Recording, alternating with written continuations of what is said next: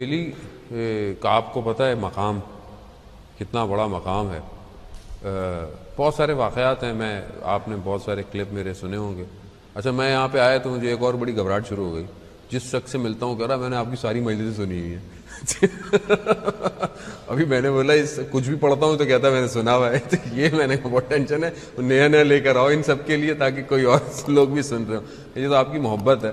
اچھی بات ہے کہ آپ نے ساری چیزیں سنی ہوئی ہیں. اور قرآن بھی جو ہے وہ کئی آیات جو ہے وہ تکرار کرتا ہے, تو ہم بھی اس لیے تھوڑا بہت تکرار کر لیتے ہیں. مقدر سر دہلی آپ کو پتہ ہے اس مقام پر تھے کہ امام سے ملاقات ہے, اور کئی واقعات ہیں کہ وقت ملے گا تو ہو سکتا ہے بہت سے لوگوں نے نہ سنے ہو تو مسئلہ نہیں ہے. لیکن کیا وجہ کہ اتنا مقام ایک شخص کو مل جاتا ہے. اب ایک ان کی لائف کی میں آپ کو اگزامپل دیتا ہوں. وہ نجف سے کربلا جانا تھا تو اس زمانے میں یہ گاڑیاں واڑیاں نہیں تھیں, تو انہوں نے ایک جانور کرائے پہ لیا, جیسے ہم گاڑیاں رینٹ پہ لیتے ہیں. ایک جانور کرائے پہ لیا, خچر تھا, وہ لیا اور کہا کہ مجھے نجف سے کربلا جانا ہے. ٹھیک ہے, لے لیا. جانے لگے تو رستے میں ایک شخص نے کہا کہ یہ میرا نامہ لیٹر ہے, یہ آپ کربلا میں فلانے کسی کو دے دیجیے گا. انہوں نے کہا ٹھیک ہے. انہوں نے لیٹر لیا, سواری سے اتر گئے اور پیدل گئے سواری کے ساتھ. اس نے بولا یہ آپ سواری پہ کیوں جا رہے ہیں؟ کہتے جس سے میں نے رینٹ پہ لی تھی یہ کہہ کے لی تھی کہ میں نے جانا ہے, اس لیٹر نے نہیں جانا. اتنا ابھی ہم تو کسی کی چیز لے کر کھا پی کر ہضم بھی کر لیتے ہیں نا, اس کو واپس دینا تو دور کی بات. بولا اچھا آپ کی تھی, پیسے آپ کے تھے,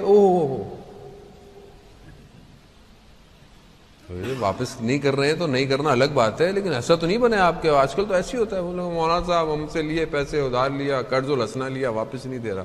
کبھی خود کروڑ پتی ہو گیا, واپس نہیں دیتا, کہتا نہیں اس کا نہیں تھا کسی اور کا تھا. لیتا تو لیا تو اسی سے تھا بھائی, اس کو تو واپس کرو. کتنا حق ہے. دکان پہ جائیں آپ, اگر آپ وداؤٹ پرمیشن کوئی بھی چیز چکھنے کے لیے, حرام ہے وداؤٹ پرمیشن.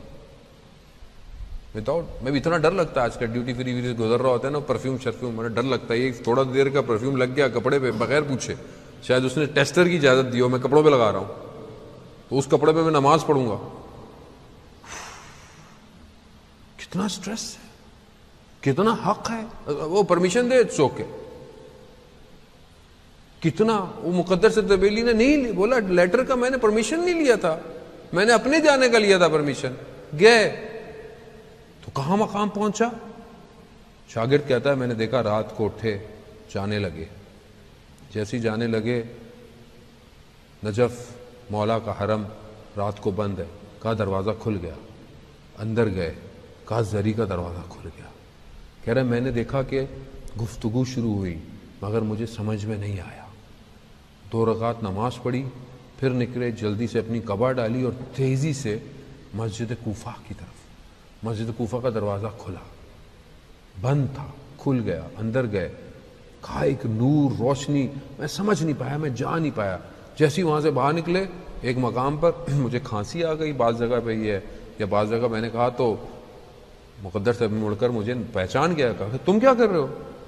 کہا وہ میں آپ کے پیچھے. کہا میں حلال نہیں کروں گا جب تک زندہ ہوں اگر تم نے یہ بات کسی کو بتائی. کہا میں کسی کو نہیں بتاؤں گا, مگر ماجرا کیا ہے, یہ کیا ہے, دروازے کھل رہے ہیں آپ کے لیے, کس سے بات کر رہے ہیں آپ؟ کہا میں رات کو پڑھ رہا تھا تو مجھے کچھ سوالات آئے, مشکلات, کچھ مسئلہ تھا, تو میں نے کہا کہ مولا سے پوچھتا ہوں جا کے, مولا کائنات سے. اللہ اکبر, کیا مقام تھا کہ مولا کے حرم کے دروازے کھل رہے ہیں اور مولا سے گفتگو. مولا نے کہا کہ اس سوال کا جواب میرے فرزند سے لے لو, آخری امام سے جو مسجد کوفہ میں آیا ہے. کہہ رہے میں وہاں گیا تو امام نماز پڑھ رہے تھے. میں نے کہا کہ نماز ختم ہو, جیسے ہی امام نے نماز ختم کی تو میں نے کہا مجھے آپ کے بابا امیر المومنین نے بھیجا ہے یہ سوالات. کیا مقام, اتنا انسان. عزیزان محترم, اگر امام کی آواز مجھے نہیں آتی ہے, میری آواز تو امام کو جاتی ہے, تو کیا میں نے امام سے بات کی کبھی؟ نہیں کی. میری غلطیاں ہیں, امام کی طرف سے کوئی مسئلہ